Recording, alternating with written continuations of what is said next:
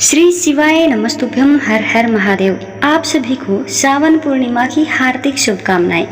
आज की इस वीडियो में हम आपको सावन पूर्णिमा की व्रत कथा सुनाने वाले हैं। सावन पूर्णिमा के दिन चंद्रमा अपनी पूर्ण कलाओं के साथ होता है, अतः इस दिन पूजा उपासना करने से चंद्र दोष से मुक्ति मिलती है। श्रावण पूर्णिमा का दिन दान और पुण्य के लिए महत्वपूर्ण होता है, अतः इस दिन स्नान के बाद गाय आदि को चारा खिलाना, चींटियों, मछलियों आदि को दाना खिलाना चाहिए। इस दिन गोदान का बहुत महत्व होता है।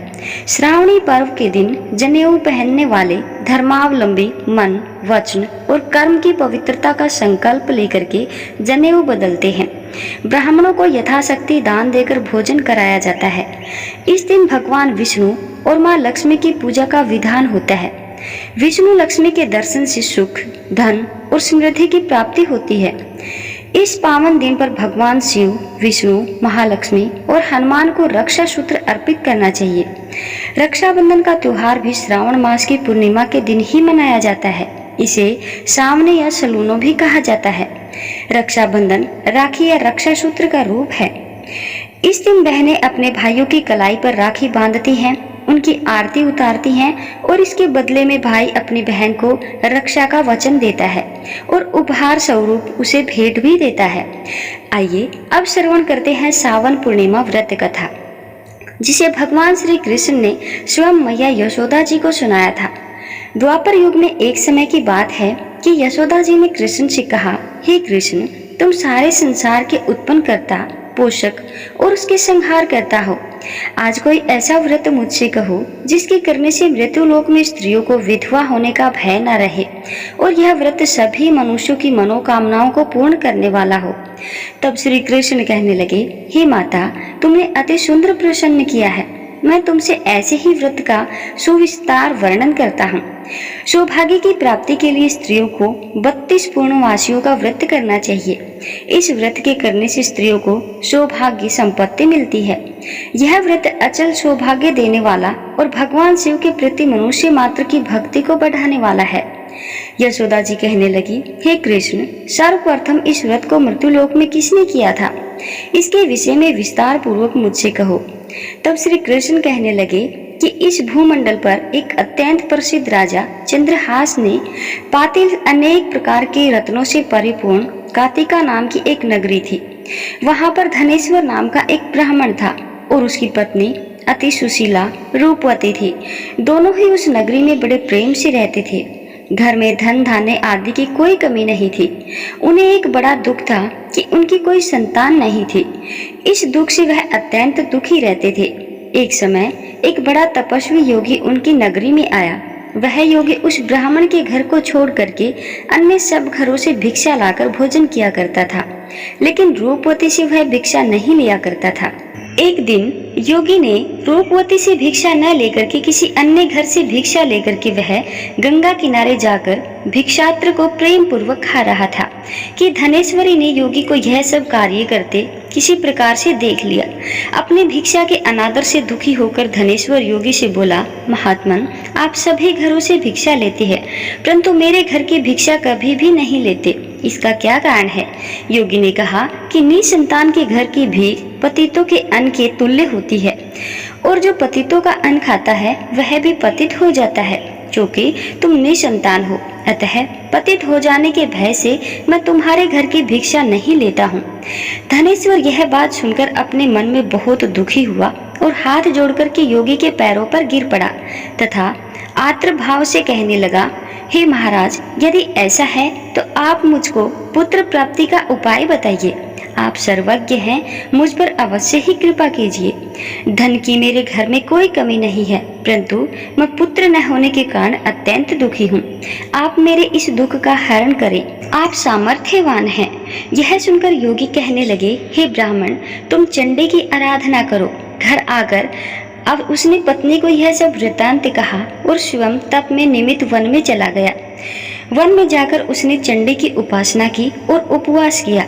चंडी ने 16वें दिन उसे स्वप्न में दर्शन दिया और कहा, हे धनेश्वर, जा तेरे पुत्र होगा। परंतु वह 16 वर्ष की आयु में ही मृत्यु को प्राप्त हो जाएगा। यदि तुम दोनों स्त्री पुरुष 32 पूर्णवासियों का व्रत विधि विधान करोगे तो वह दीर्घायु होगा। जितनी तुम्हारी सामर्थ्य हो आटे के दिए बना करके शिव जी की पूजन करना। प्रातः काल होने पर इस स्थान के समीप ही तुम्हें एक आम का वृक्ष दिखाई देगा। उस पर तुम चढ़कर एक फल तोड़कर शीघ्र अपने घर चले जाना। अपनी पत्नी से यह वृतांत कहना। ऋतु स्नान के पश्चात वह स्वच्छ होकर श्री शंकर जी का ध्यान करके उस फल को खा लेगी। तब शंकर भगवान की कृपा से उसे गर्भ ठहर जाएगा। जब वह ब्राह्मण प्रातःकाल उठा तो उसने उस स्थान के पास ही एक आम का वृक्ष देखा जिस पर एक अत्यंत सुंदर आम का फल लगा हुआ था। उस ब्राह्मण ने उस आम के वृक्ष पर चढ़ करके उस फल को तोड़ने का प्रयत्न किया, परंतु वृक्ष पर कई बार प्रयत्न करने पर ही वह चढ़ न पाया। तब तो उस ब्राह्मण को बहुत चिंता हुई और विघ्न विनाशक गणेश भगवान जी की वंदना करने लगा। हे दयानिधि, अपने भक्तों के विघ्नों का नाश करके उनके मंगल कार्यों को करने वाले, दुष्टों का नाश करने वाले, रिद्धि सिद्धि के देने वाले, आप मुझ पर कृपा करके इतना बल दें कि मैं अपने मनोरथ को पूर्ण कर सकूं। इस प्रकार गणेश जी की प्रार्थना करने पर उनकी कृपा से धनेश्वर उस वृक्ष पर चढ़ गया और उसने एक अति सुंदर आम का फल देखा। उसने विचार किया कि जो वरदान से फल मिला है वह यही है और कोई फल दिखाई ही नहीं देता। उस धनेश्वर ब्राह्मण ने जल्दी से उस फल को तोड़ करके घर ला करके अपनी पत्नी को दे दिया और उसकी पत्नी ने अपने पति के कथानुसार उस फल को खा लिया और वह गर्भवती हो गई।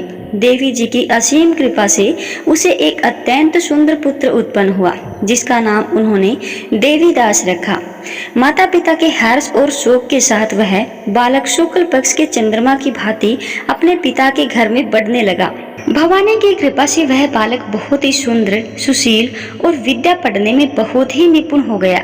दुर्गा जी की आज्ञा के अनुसार उसकी माता ने 32 पूर्णवासी का व्रत रखना प्रारंभ कर दिया था जिससे उसका पुत्र बड़ी आयु वाला हो जाए। 16वां वर्ष लगते ही देवीदास के माता पिता को बड़ी चिंता हो गई कि कहीं उनके पुत्र की इस वर्ष मृत्यु न हो जाए। इसलिए उन्होंने अपने मन में विचार किया कि यदि यह दुर्घटना उनके सामने हो गई तो कैसे सहन करेंगे। उन्होंने देवीदास के मामा को बुलाया और कहा कि हमारी इच्छा है देवीदास 1 वर्ष तक काशी में जाकर विद्या ग्रहण करे और उन्हें अकेला भी नहीं छोड़ना चाहिए। इसीलिए तुम साथ में चलना और 1 वर्ष के पश्चात इसे वापस लौटा लाना। सब प्रबंध करके उनके माता पिता ने देवीदास को एक घोड़े पर बैठाकर उनके मामा को उनके साथ विदा कर दिया, किंतु यह बात उसके मामा या किसी को नहीं पता थी। धनेश्वर ने अपने पुत्र की मंगल कामना तथा दीर्घायु के लिए भगवती दुर्गा की आराधना और पूर्णवासियों का व्रत करना आरंभ कर दिया। इस प्रकार उन्होंने 32 पूर्णवासी का व्रत पूरा किया। कुछ समय पश्चात एक दिन वह दोनों लोग मामा और भांजा मार्ग में रात्रि बिताने के लिए किसी गांव में ठहरे हुए थे। उस दिन उस गांव में एक ब्राह्मण की अत्यंत सुंदर, सुशील, विदुषी और गुणवती कन्या का विवाह होने वाला था। जिस धर्मशाला के अंदर वर और उसकी बारात ठहरी हुई थी उसी धर्मशाला में देवीदास और उसके मामा भी ठहरे हुए थे। संयोगवश कन्या को तेल आदि चढ़ाकर मंडप आदि का कृत्य किया गया तो लगन के समय वर को धनुर्वात हो गया। अस्तु वर के पिता ने अपने कुटुंबियों को परामर्श करके निश्चय किया कि यह देवीदास मेरे पुत्र जैसा ही सुंदर है, मैं इसके साथ ही लग्न करा दूंगा। बाद में विवाह के अन्य कार्य मेरे लड़के के साथ हो जाएंगे। ऐसा सोचकर देवीदास के मामा से पास जाकर के बोला कि तुम थोड़ी देर के लिए अपने भांजे को हमें दे दो जिससे विवाह में लग्न का सब कृत्य सुचारू रूप से हो सके। तब उसका मामा कहने लगा कि जो कुछ भी मधुपर्क आदि कन्यादान के समय वर को मिले वह सब हमें दे दिया जाए तो मेरा भांजा इस बारात का दूल्हा बन जाएगा। यह बात वर के पिता ने स्वीकार कर लेने पर अपने भांजा को वर बनाने को मामा ने भेज दिया। उसके साथ यह सब विवाह कार्य रात्रि में विधि पूर्वक संपन्न हो गया। पत्नी के साथ वह भोजन न कर सका और अपने मन में विचार करने लगा कि न जाने यह स्त्री कैसी होगी। यह सोचकर उसकी आंखों से आंसू भी आ गए। तब वधू ने पूछा कि क्या बात है, आप इतने उदास क्यों हो। तब देवीदास ने वो सब बातें जो वर के पिता और उसके मामा के बीच में हुई थी उसे बता दी।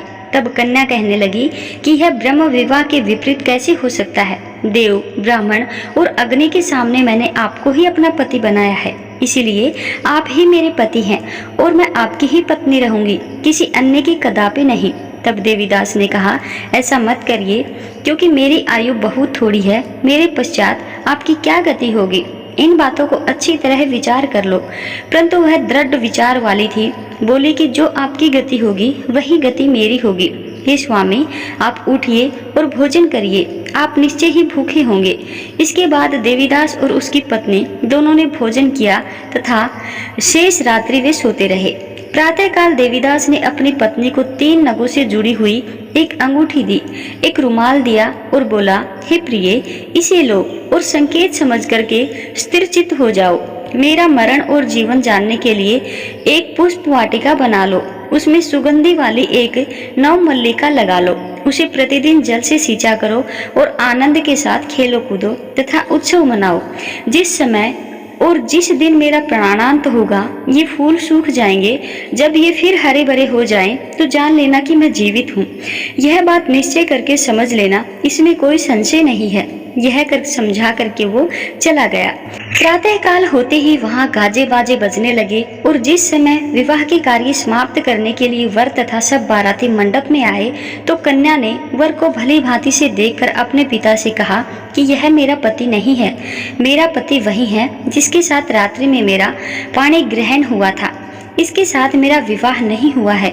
यदि यह वही है तो बताएं कि मैंने इसको क्या दिया है। मधु पर्क और कन्यादान के समय जो मैंने भूषणादि दिए थे उन्हें दिखाए तथा रात में मैंने क्या गुप्त बातें कही वह सब मुझे सुनाए। पिता ने उसके कथानुसार वर को बुलाया। कन्या की यह सब बातें सुनकर वह कहने लगा कि मैं कुछ नहीं जानता। इसके पश्चात लज्जित होकर वह अपना मुंह बना करके चला गया और सारी बारात भी अपमानित होकर के लौट गई।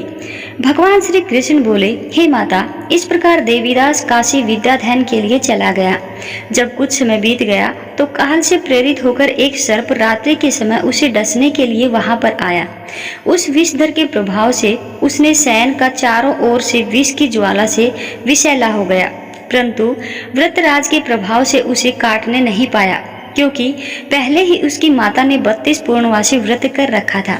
इसके बाद मध्याह्न के समय स्वयं काल वहां पर आया और उसके प्राणों को उसके शरीर से निकालने का प्रयत्न करने लगा, जिससे वह मूर्छित होकर पृथ्वी पर गिर पड़ा। भगवान की कृपा से उसी समय पार्वती जी के साथ श्री शंकर जी वहां पर आ गए। उसे मूर्छित दशा में देखकर पार्वती जी ने भगवान शंकर से प्रार्थना की कि हे महाराज, इस बालक की माता ने पहले ही 32 पूर्णवासी का व्रत किया है, जिसके प्रभाव से हे भगवान आप इनको प्राणों का दान दे। भवानी के कहने पर भक्त वत्सल भगवान श्री शिव जी ने उसे प्राणों का दान दे दिया। इस व्रत के प्रभाव से काल को भी पीछे हटना पड़ा और देवीदास स्वच्छ होकर के बैठ गया। उधर उसकी पत्नी उसके काल की प्रतीक्षा किया करती थी। जब उसने देखा कि पुष्प वाटिका में पत्र और पुष्प कुछ भी नहीं रहे, तो उसे अत्यंत आश्चर्य हुआ और जब वह वैसे ही हरी भरी हो गई तो उसने जान लिया कि वह जीवित हो गए। यह देखकर वह बहुत प्रसन्न मन से अपने पिता से कहने लगी कि पिताजी, मेरे पति जीवित हैं, आप उन्हें ढूंढिए। जब 16वां वर्ष व्यतीत हो गया तो देवीदास भी अपने मामा के साथ काशी से चल दिए।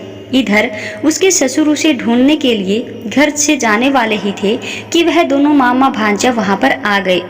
उन्हें आया देखकर उसका ससुर बड़ी प्रसन्नता के साथ उन्हें अपने घर ले गया। उस नगर के निवासी भी वहां इकट्ठे हो गए और सबने निश्चय किया कि अवश्य ही इसी बालक के साथ इस कन्या का विवाह हुआ था। उस बालक को जब कन्या ने देखा तो उसे पहचान लिया और कहा कि यह तो वही है जो संकेत करके गया था। तदुपरांत सभी कहने लगे कि भला हुआ जो यह आ गया, और सब नगर वासियों ने आनंद मनाया। कुछ दिन बाद देवीदास अपनी पत्नी और मामा के साथ अपने ससुर के घर से बहुत सा उपहार लेकर के अपने घर के लिए प्रस्थान किया। जब वह अपने गांव के निकट गया तो कई लोगों ने उसे देख करके उसके माता पिता को पहले ही जाकर के खबर दे दी कि तुम्हारा पुत्र देवीदास अपने मामा और अपनी पत्नी के साथ आ रहा है। ऐसा समाचार सुनकर पहले तो उन्हें विश्वास नहीं हुआ, किंतु जब और लोगों ने भी आकर यही बात का समर्थन किया तो उन्हें बड़ा ही आश्चर्य हुआ। लेकिन थोड़ी देर में देवीदास ने आकर अपने माता पिता के चरणों में अपना सिर रखकर प्रणाम किया और उसकी पत्नी ने अपने सास ससुर के चरणों को स्पर्श किया। तो माता पिता ने अपने पुत्र और पुत्र वधू को अपने हृदय से लगा लिया और दोनों की आंखों से प्रेमांसु बह चले। अपने पुत्र और पुत्र वधू से आने की खुशी में धनेश्वर ने बड़ा भारी उत्सव किया और ब्राह्मणों को भी बहुत सा दान दक्षिणा दिया। श्री कृष्ण कहने लगे, इस प्रकार धनेश्वर 32 पूर्णवासियों के व्रत के प्रभाव से पुत्रवान हो गया। जो भी स्त्रियां इस व्रत को करती हैं, वे जन्म जन्मांतर में वैधव्य का दुख नहीं भोगती, वे सदैव सौभाग्यवती रहती हैं। यह मेरा वचन है, इसमें कोई संदेह नहीं मानना।